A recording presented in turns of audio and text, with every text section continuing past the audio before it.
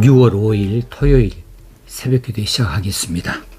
찬송가 406장 고난 내 영혼 편히 쉴 곳과 풍랑 이로도 안전한 포구. 고난 내 영혼 편히 쉴 곳과 풍랑 이로도 안전한 포구. 폭풍까지도 다스리시는 주의 영원한 팔의지에 주의 영원하신 팔 함께하사 항상 나를 붙드시니 어느 곳에 가든지 요동하지 않음은 주의 팔을 의지함이라. 하나님 말씀 히브리서 2장 10절 한 절 말씀입니다. 그러므로 만물이 그를 위하고 또한 그로 만미암은 이가 많은 아들들을 이끌어 영광에 들어가게 하시는 일에 그들의 구원의 창시자를 고난을 통하여 온전하게 하심이 합당하도다. 아멘. 히브리서가 좀 어려워요. 그냥 한번 읽어서 쉽게 이해되어지는 그런 문장 구조도 아니고요. 또 이 헬라어를 좀 안다고 문법 구조를 안다고 해도 신학적인 그런 그 백그라운드가 없이는 쉽게 잘 해석하기가 어려운 대목들이 많이 있습니다. 그래서 많이 주의를 요합니다. 오늘 본문의 내용도 한 절만 잡은 것은 10절 이 말씀을 여러 번 곱씹어 읽어도 우리 안에 이 기독론에 대한 배경이 있지 아니하면 쉽게 해석되어질 부분이 아니고요. 또 히브리어 문법 구조를 잘 알지 못한다면은 여기서 우리에게 말씀해 주고자 하는 부분을 다 받아서 알아내기가 쉽지 않다. 그래서 히브리서는 꼭 앞뒤를 많이 읽어보고 그리고 신학을 하든지 아니면 이 성경의 주된 이 사상들을 어느 정도 잘 알고 있는 자로부터 도움을 얻어서 말씀을 해석하는 것이 옳겠다 싶습니다. 자, 어제 본 내용은 5절에서 9절까지였죠. 예수 그리스도께서 잠깐 동안 천사보다 낮아져서 고난을 당하신 것은 모든 사람을 위하여서 죽음을 맛보려 하심이라. 성육신 한 것을 말하지요. 인간의 몸을 입은 것, 이것은 천사보다 낮아진 내용이지요. 그래서 이 땅에 오셔서 많은 고난을 겪으신 것은 얼핏 보기에는 천사보다 못한 그런 사람의 형국이거든요. 왜 그렇게 인간의 몸을 입어서 이렇게 고난을 받으셔야 됐던가? 이것은 죽음을 맛보게 하기 위함입니다. 이 죽음에 대하여서는 이제 죄로 인하여서 영원히 죽을 우리 인간들을 구원하시기 위하신 이 죄사함의 근거를 해결책을 죽음으로만 가능하기 때문에 하나님께서 내신 방법인 것을 우리가 잘 알고 있습니다. 그래서 이 천사보다 낮아짐에 대해서 계속 이야기를 하면서 그러면서 예수 그리스도의 본래의 사역의 내용이 무엇인지에 대해서 말씀해 주면서 그 사역을 이루시기 위해서는 인간의 몸을 입을 수밖에 없다. 인간의 몸을 입으니 천사보다 낮아진 것처럼 보이지만은 실제상으로는 그분은 천사들을 부리시는 분이시지 천사보다 낮은 분이 아니시다. 그분은 하나님의 아들이시다. 그런데 그분은 이제 이 세상에 구원을 이루러 오셨기 때문에 그렇게 천사보다 낮아 보인 때가 있었다. 이 말씀을 하기 위함이지요. 자, 그래서 오늘 본문으로 연결이 되어지는 것은 예수 그리스도께서 이처럼 고난을 당하신 목적 가운데 하나가 무엇이냐 하면 이제 성도들을 위하여서 자신의 몸을 다 내어주기 위하여서, 그리고 이제 그 13절까지로 연결돼서 본다면 하나님께서 빼신 자기 백성들, 그 백성들을 자신의 형제로 삼기 위해서였다고 이렇게 말씀해 봅니다. 오늘 10절만 살펴보도록 하겠습니다. 그러므로 만물이 그를 위하고 또한 그로 말미암은 이가, 여기까지가 주어예요. 자, 그러므로는 연결어이니까 바로 앞에 내용을 이어봤습니다. 하나님의 은혜로 말미암아 모든 사람을 위하여 죽음을 맛보려 하심이라.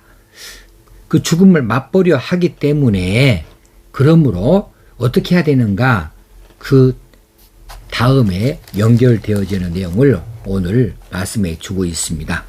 그것은 만물이 그를 위하고 또한 그로 말미암은 이가, 여기서부터 걸려요. 이게 도대체 무슨 말일까 해석에 어려움이 있습니다. 일일이 이 문법을 다 말하면서 헬라어를 말씀해 드리기는 어렵고요. 원문의 문법을 고려해서 알기 쉽게 다시 번역하자면 이렇습니다. 그분 때문에 만물이 있고 그분을 통하여 만물이 있는 자에게는, 이런 뜻입니다. 그러니까 창조주를 말하는 거죠. 여기서 그분은 말할 것도 없이 창조주 하나님이십니다. 자, 나타내고자 하는 것은 하나님은 만물의 근원이시고 만물은 그로 말미암아 창조되어졌음을 말하고 있는 바로 그 하나님, 창조주 하나님을 말해요. 그 창조주, 만물을 지으신 이 창조주께서 그 다음에 이어지는 말씀이 많은 아들들을 이끌어 영광에 들어가게 하시는 일에, 여기까지만 보시게요. 많은 아들들은, 이 많은 아들들은 누구를 가리키겠습니까? 우리들 말하죠. 예수 믿는 사람들, 하나님께서 빼내신 백성들, 하나님께서 자녀 삼기 위하여 택하신 그 백성들, 사람들이 이제 하나님 나라를 기업으로 얻을 자들입니다. 그래서 아들입니다.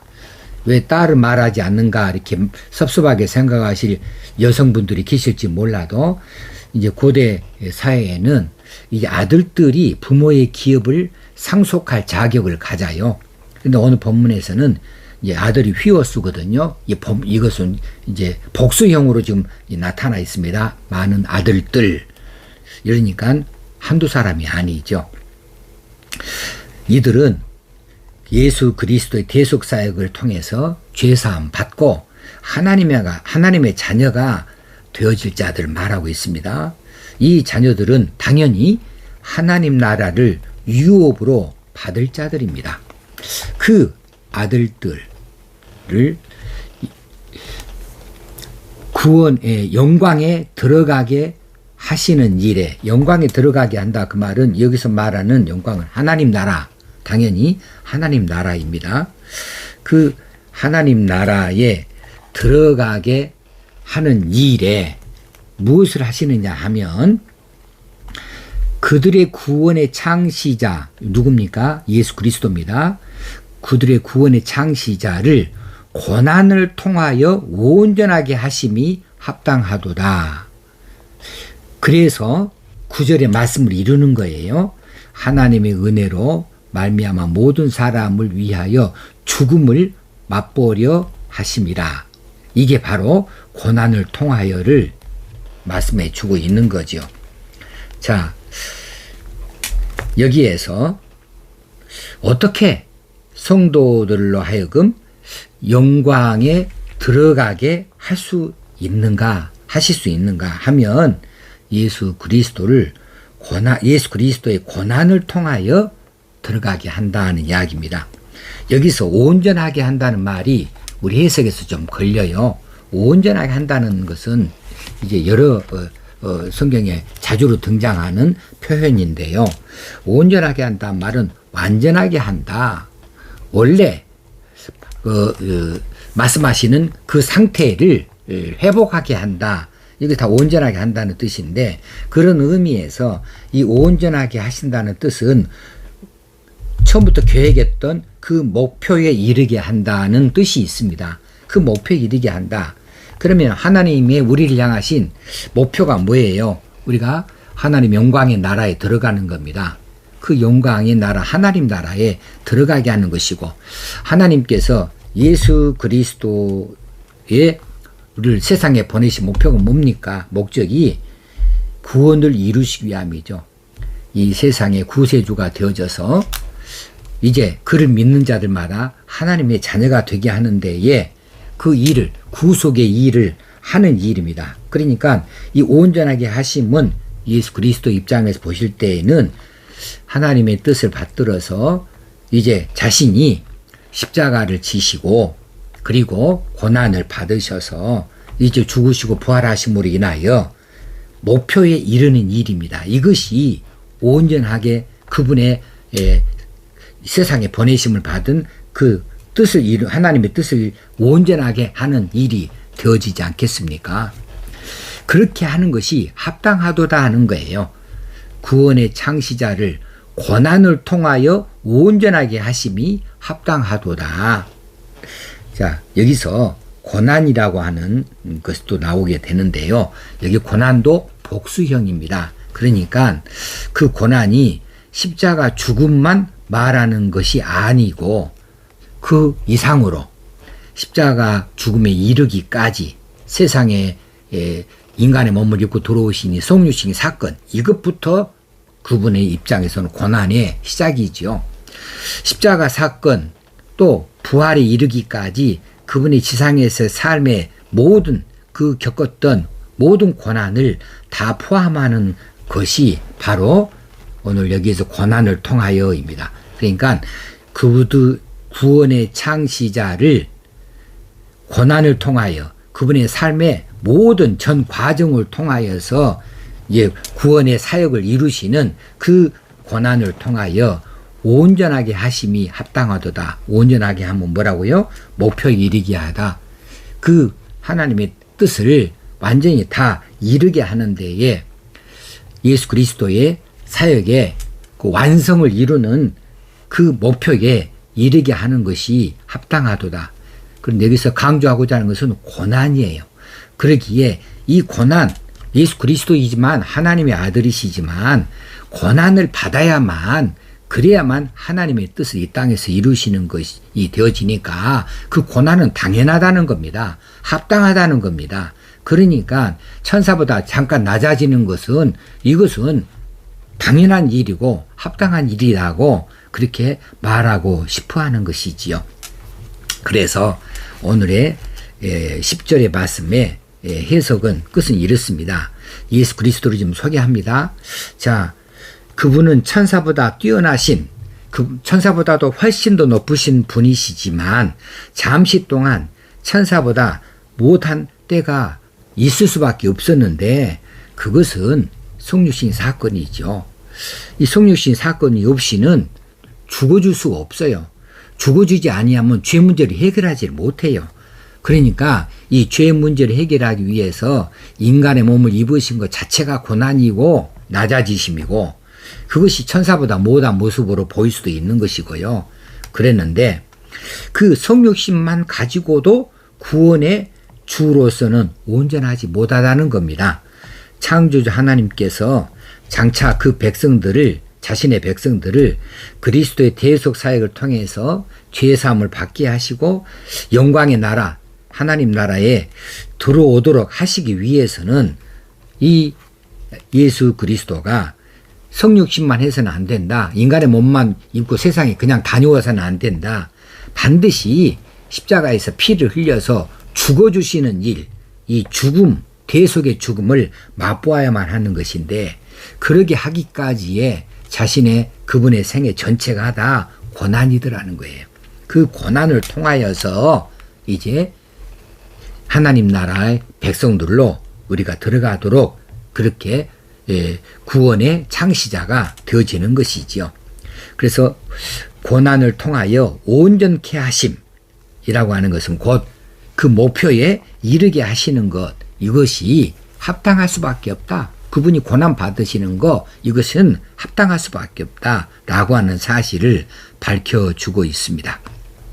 자, 예수 그리스도는 하나님의 아들이시고 또 창조주이시지만 그럼에도 불구하고 인간의 몸을 입고 천사들보다 못하게 될 수밖에 없었고 또 세상에 오셔서 친히 고난을 받아야만 했던 것은 많은 아들들을 영광의 나라, 하나님 나라의 유업을 얻을 자들, 많은 아들이니까 유업을 얻을 자들이 되게 하시기 위함이라는 사실입니다. 그래서 예수 그리스도의 고난이 없으면 이제 우리의 영광이 없다는 거죠. 우리 영광으로 들어갈 수가 없다는 것이죠. 자, 그래서 영국 속담에 No cross, no crown이라는 말이 있습니다. No cross, 이건 십자가 말하죠. 십자가 없이는 no crown이다. 면류관이 없다. 왕관이 없다는 뜻이죠.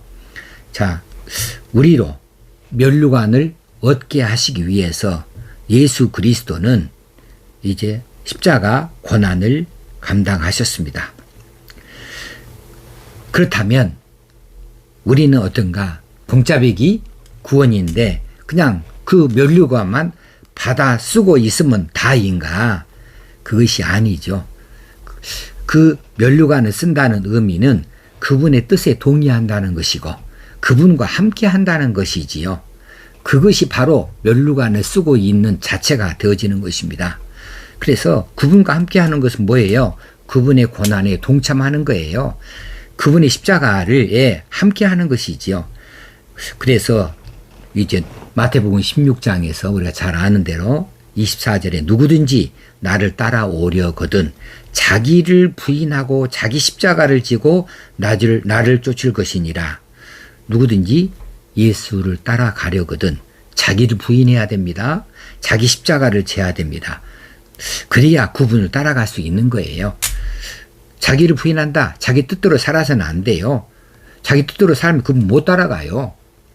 자기 십자가를 진다. 이거 안 지고 그냥 가려고 하는 것은 그건 그분을 따르는 것이 아니다는 사실이죠. 자, 예수 그리스도가 자신을 먼저 부인하여 주셨습니다. 잠시 동안 천사보다 못하신 존재가 되어졌고 그래서 인간의 몸을 입고 죄악 세상에 피조 세계, 인간 세계에 들어오시고 그분의 생애 전체를 통하여 모든 고난을 다 받으셨던 것처럼 이제 우리도 자기를 부인할 때에 예수 따르는 자가 되어져요. 자기를 부인할 때만이 예수 그리스도를 인정합니다. 자기를 부인하지 아니하고 자기 고집을 세울 때는 예수 그리스도를 인정할 수가 없어요. 받아들일 수가 없어요. 또 자기 뜻을 주장할 때에는 그분의 뜻에 순종할 수가 없는 겁니다. 그리고 자기 십자가를 져야 되는 건데 누구든지 하나님께서 맡기신 자기 십자가이겠어요. 십자가는 영광스러운 일이긴 하지만 그러나 이것은 즐겁고 신나는 일은 또 아닙니다. 그러나 예수 그리스도와 함께하면 이 또한 가벼운 짐입니다. 결국 자기 십자가는 자기 몫의 것이지만은 자기가 짊어져야 될 짐이고 수고이지만은 그러나 예수 그리스도가 지신 그 십자가이기 때문에 그분과 함께 진다면은 가벼울 수 있다라고 하는 사실입니다. 자, 우리는 오늘 이 시점에서 마지막에서 생각해 봐야 됩니다. 여러분이 짊어지고 있는 짐은 어떤 짐입니까? 하나님께서 지어주신 십자가입니까? 아니면 내가 좋아서 내 뜻대로 내 스스로 짊어지고 있는 욕심이라고 하는 짐입니까? 그래서 하나님이 지어주신 십자가인가 아니면 내 욕심의 짐인가 이것을 분간할 수 있어야 되겠습니다. 내가 십자가를 짊어지는 것은 오늘 본문 말씀대로 한다면 합당하도다입니다. 내가 십자가를 짊어짐은 합당하도다. 이것은 하나님의 뜻을 이루는 것입니다. 그러나 내가 내 욕심의 짐을 스스로 짊어졌다 하는 것은 이것은 합당하도다가 아닙니다. 이건 우리가 오늘 이 문제를 살피면서 내가 고통을 겪고 있다. 내가 힘들고 어렵다고 투정을 부린다. 불평이 나온다. 그럴 때에 그 짐은 과연 어디서 온 짐인가? 누가 지어준 것인가? 어떤 짐인가에 대해서 살펴볼 필요가 있겠습니다. 하나님께서 지어주신 것이라면 그러나 그 짐은 잠시 있을 일에 불과하고 그 짐은 오히려 우리 영광을 드러내는 하나님의 영광을 드러내는 귀한 짐이니 십자가 우리가 스스로 질 수 있어야 되겠습니다. 기도하겠습니다. 하나님 아버지, 오늘도 우리에게 이처럼 말씀하여 주신 것을 잘 깨닫게 하시고 깊이 새길 수 있기를 원합니다.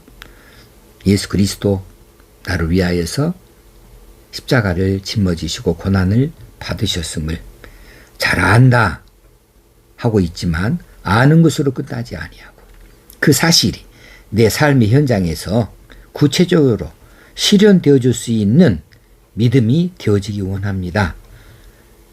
실제적으로 나는 십자가를 지고 있는 자인가? 아니면 예수 그리스도께서 져주신 십자가를 통하여 면류관만 쓰고 있는 자인가? 살펴볼 수 있게 하시고 내가 내 뜻대로 내 스스로 짊어지고 있는 욕심이란 짐을 지고 있으면서 이것이 마치 하나님께서 내게 지어주신 십자가인 양 잘못 생각하고 있다면 성령께서 가르쳐 주시고 교정하여 주시옵소서. 그리고 내가 십자가를 짊어졌다 할 때에 이 일은 하나님 앞에 합당하도다 이렇게 찬양을 돌려드릴 수 있는 저희들 되어지고 예수 그리스도와 더불어서 함께 지는 이 십자가는 가벼울 뿐 무거운 것이 결코 아닌 것을 알아 이길 수 있다고 하는 사실을 깨닫게도 하여 주옵소서. 오늘도 힘있고 자신감 넘치는 믿음의 삶을 걸어갈 수 있게 하여 주시길 원하옵고 예수님의 이름으로 기도합나이다. 아멘. 오늘도 힘있는 날, 승리하는 날 되어지시기를 주의 이름으로 축원합니다. 감사합니다.